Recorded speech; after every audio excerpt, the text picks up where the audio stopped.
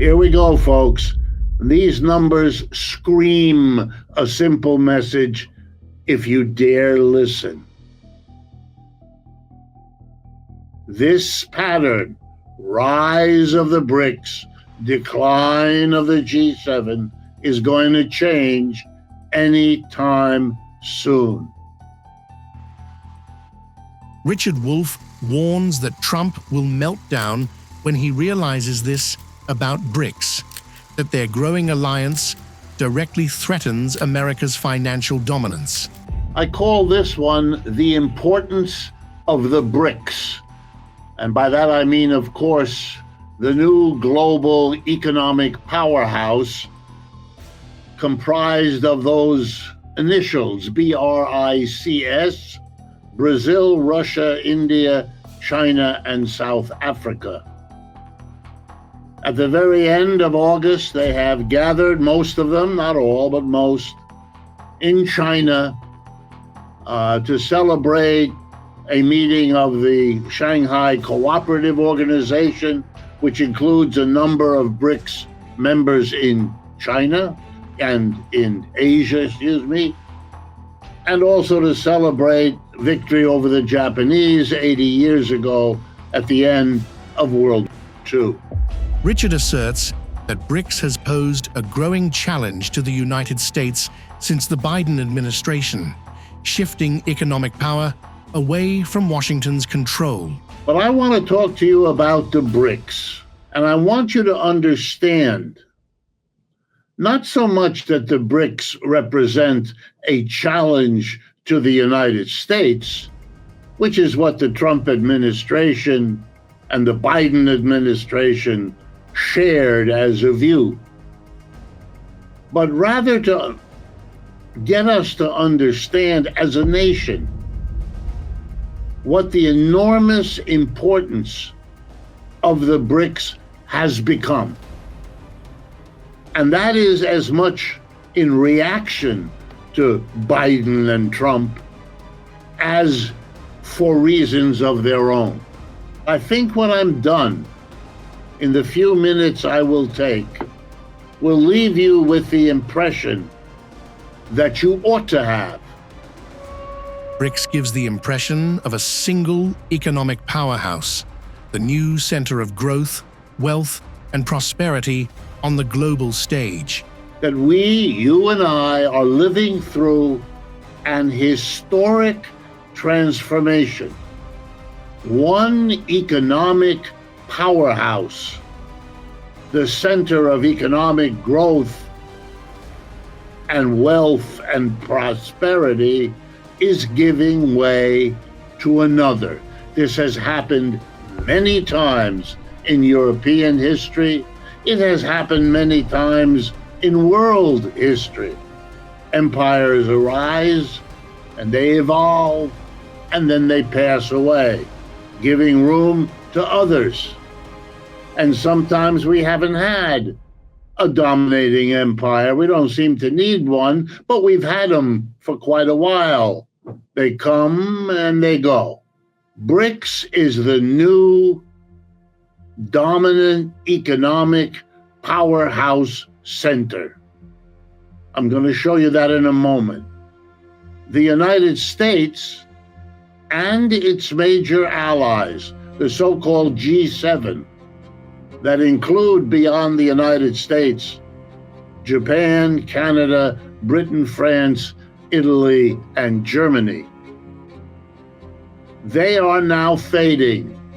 They are not the dominant center anymore, and it is highly unlikely. I can't predict the future any more than anyone else can, but from everything I see, it's highly likely this pattern, rise of the BRICS, decline of the G7, is going to change anytime soon. So let's begin. In what sense can I speak of the dominant core economic powerhouse in the world being the BRICS today? And when I finish with the economics, I'll turn to the politics, and then I'll turn to the military.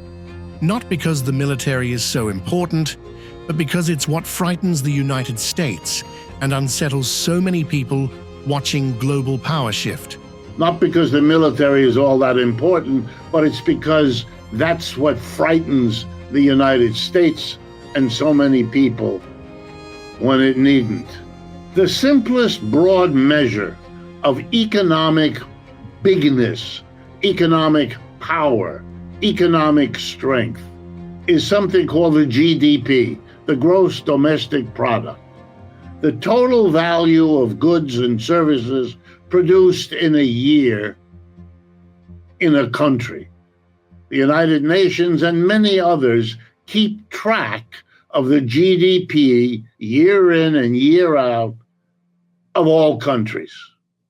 So we know, for example, what the GDP of the United States is, and we know what the GDP of China is.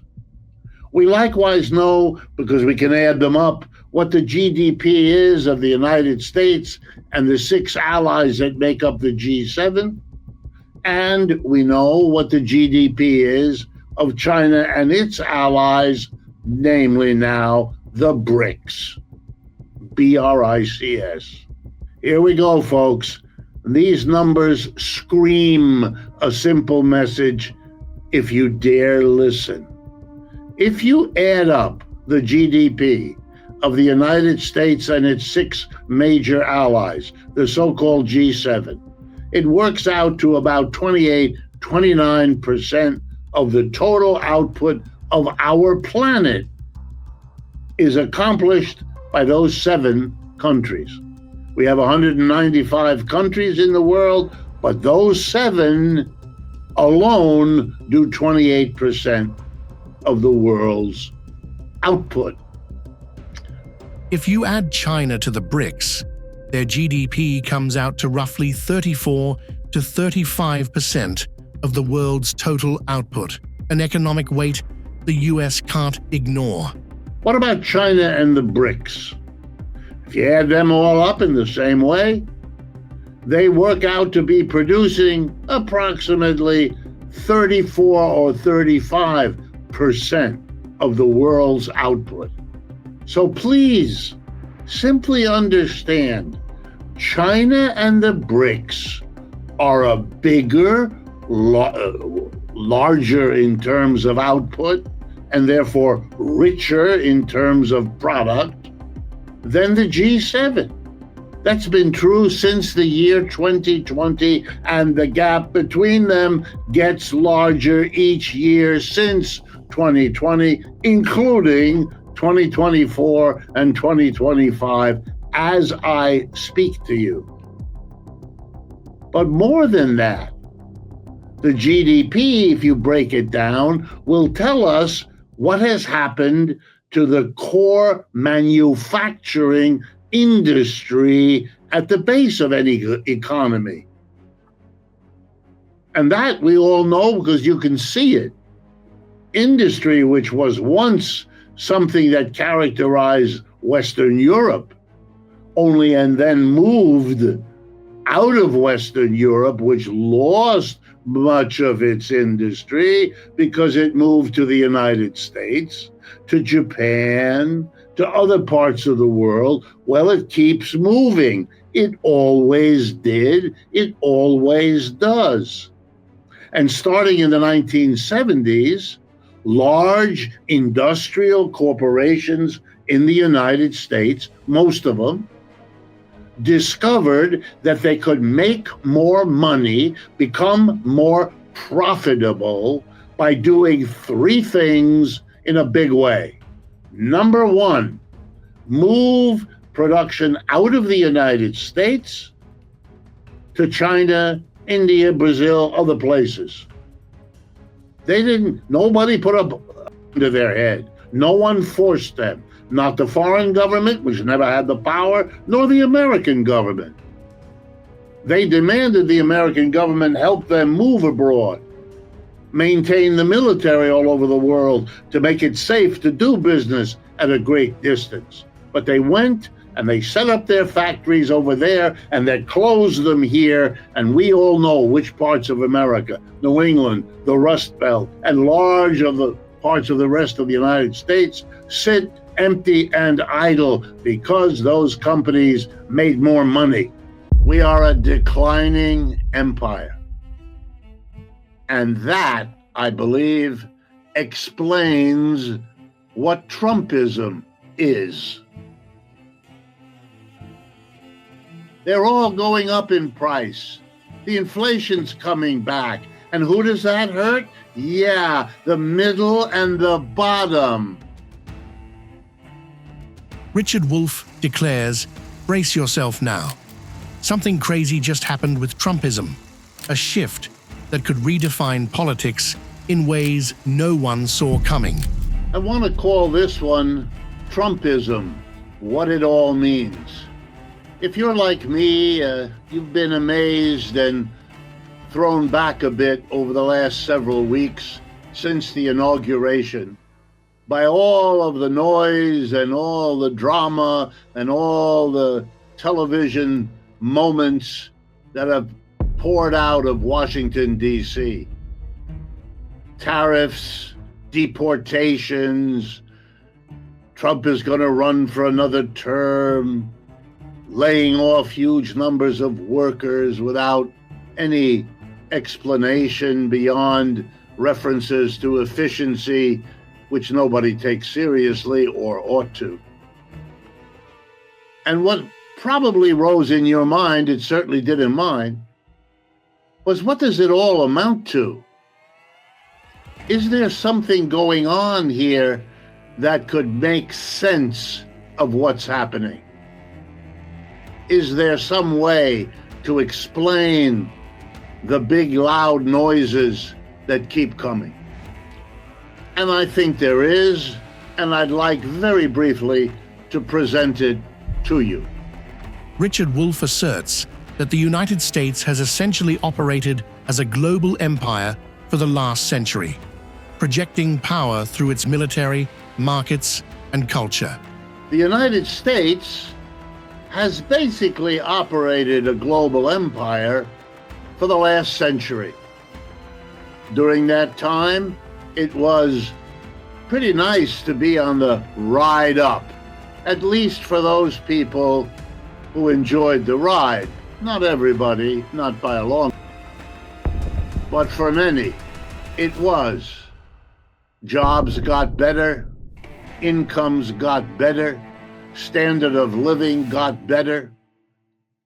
The working class had to fight hard for those things. The employer class blocked it, delayed it, stopped it every chance they got. But they couldn't prevent the mass of people from fighting successfully for at least a rising standard of living.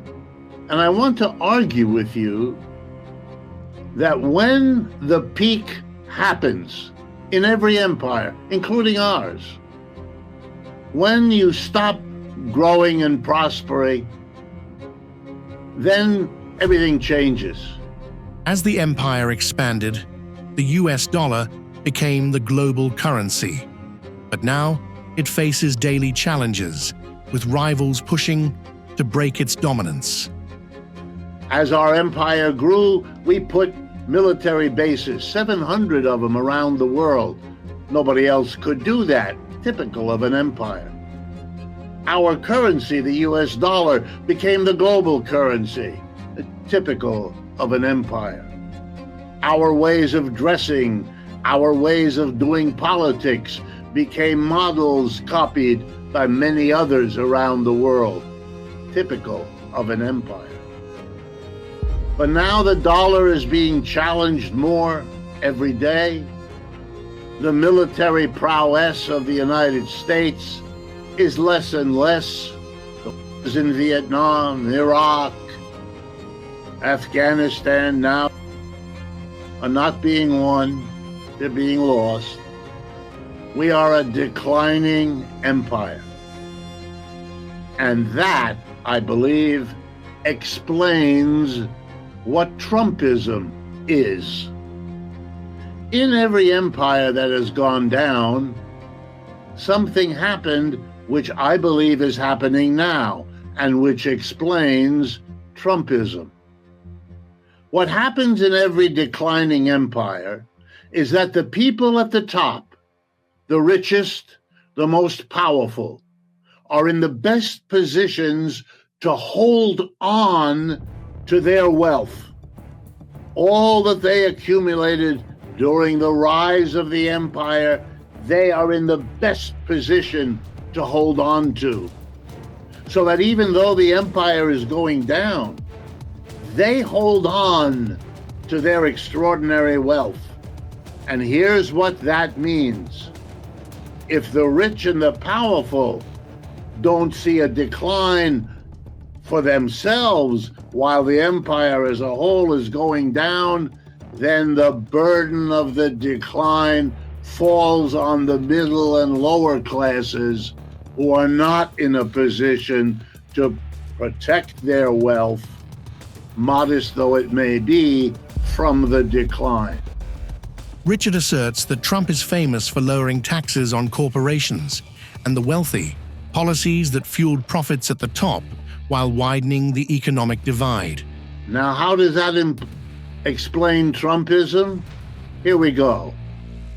Mr. Trump is famous for lowering the taxes on corporations and the rich. He did that in his first administration in 2017.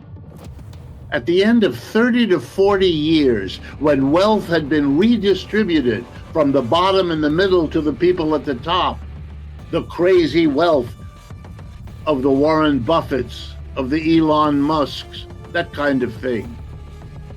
The richest people didn't need a tax cut. They had been doing better and better and better beyond everyone else. But Mr. Trump gave them a tax cut. It was the most important single piece of legislation he got through.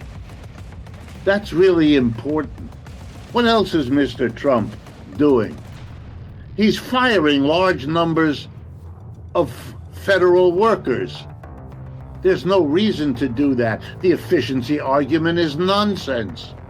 There were more people being fired than any efficiency study had recommended. In any large corporation, if you want to become more efficient, you hire an efficiency company. They come in, they study, they take some time, they get the experts, and then they come up with suggestions. Anyone interested in efficiency knows that's how you do it. That's not how Mr. Musk and Mr. Trump are doing it. They're in a big rush. That's why Elon Musk stands there with a chainsaw.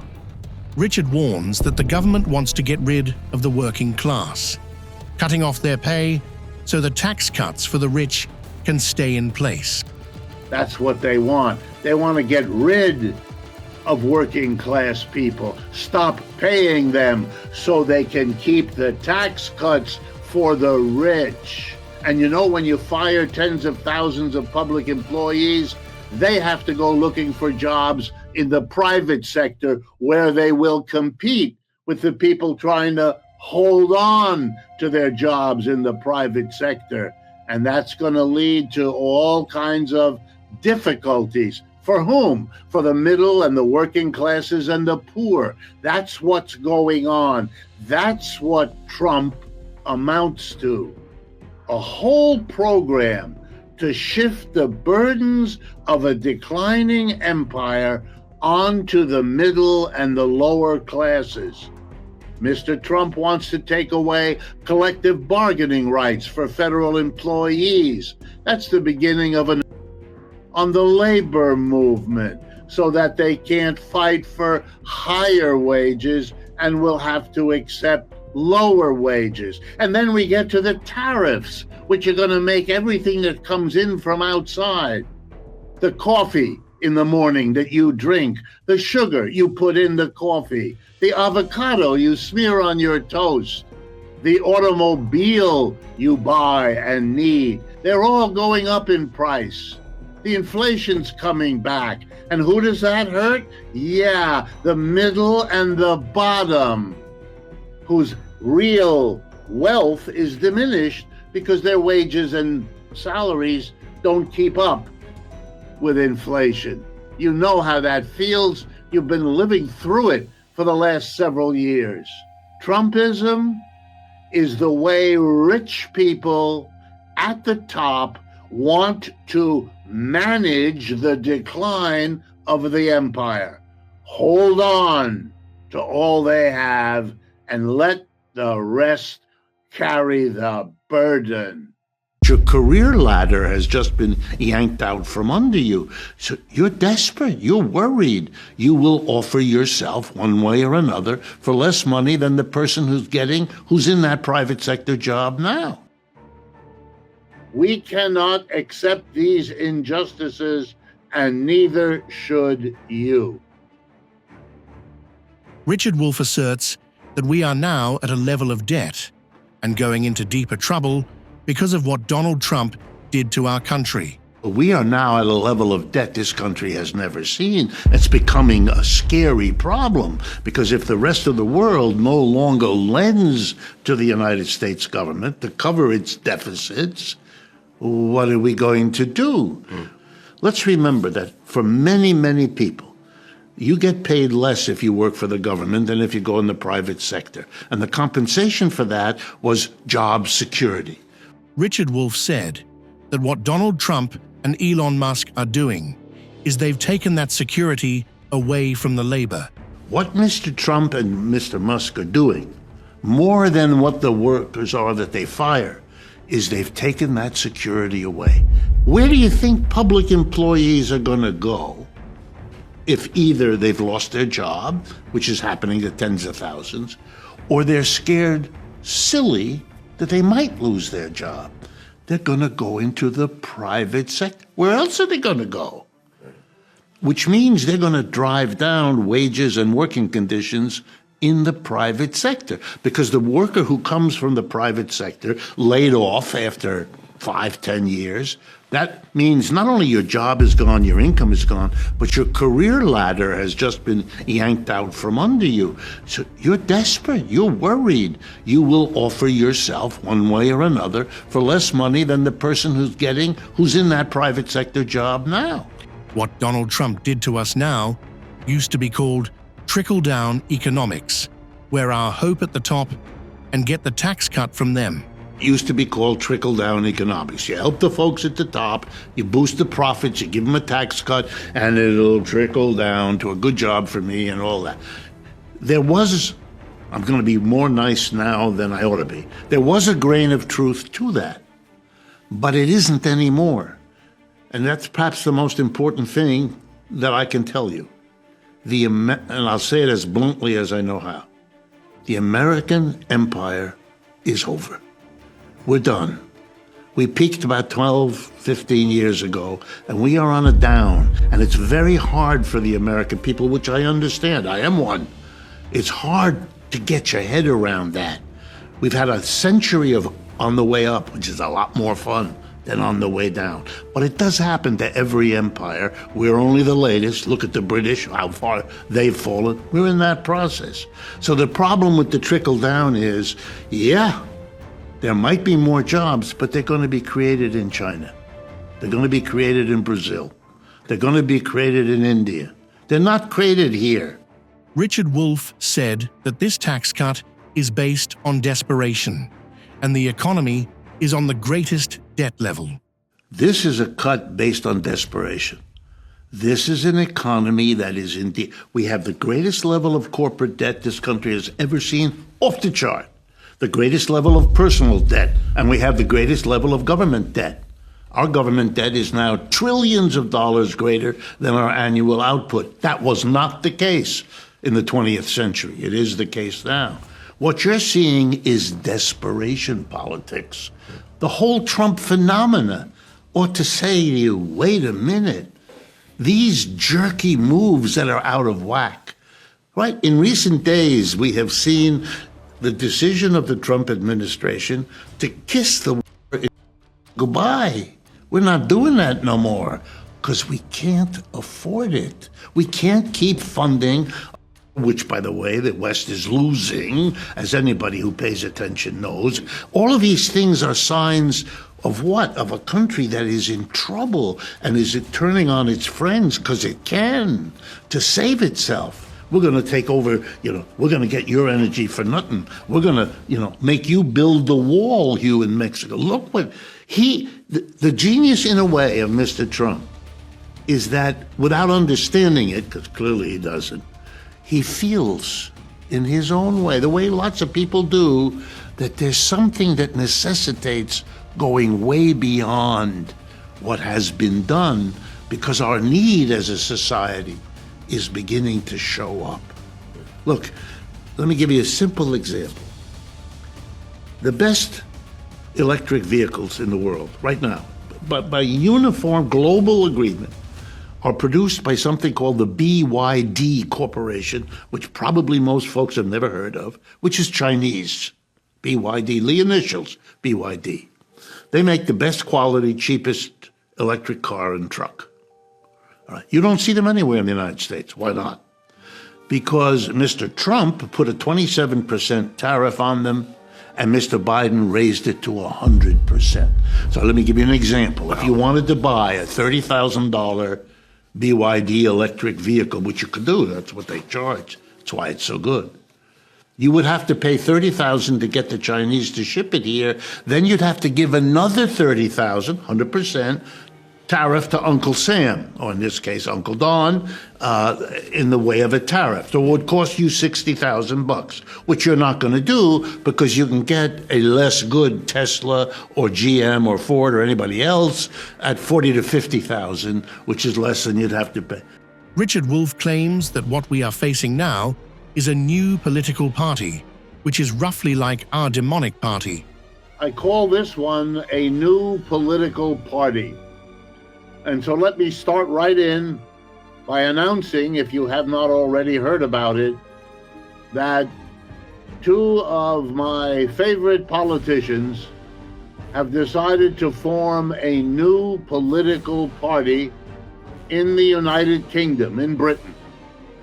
One of them is Jeremy Corbyn, who really is, for England, a pretty close equivalent to Bernie Sanders in the United States. A longtime activist in the Labour Party there, which is roughly like our Democratic Party in the United States.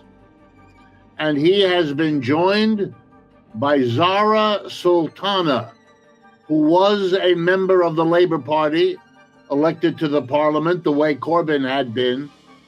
So these are two Labour Party activists and leaders breaking away from the Labour Party, which has been what they have done politically most of their lives, because they need, as they have made crystal clear, that we need, quote, a new kind of political party, one that belongs to you.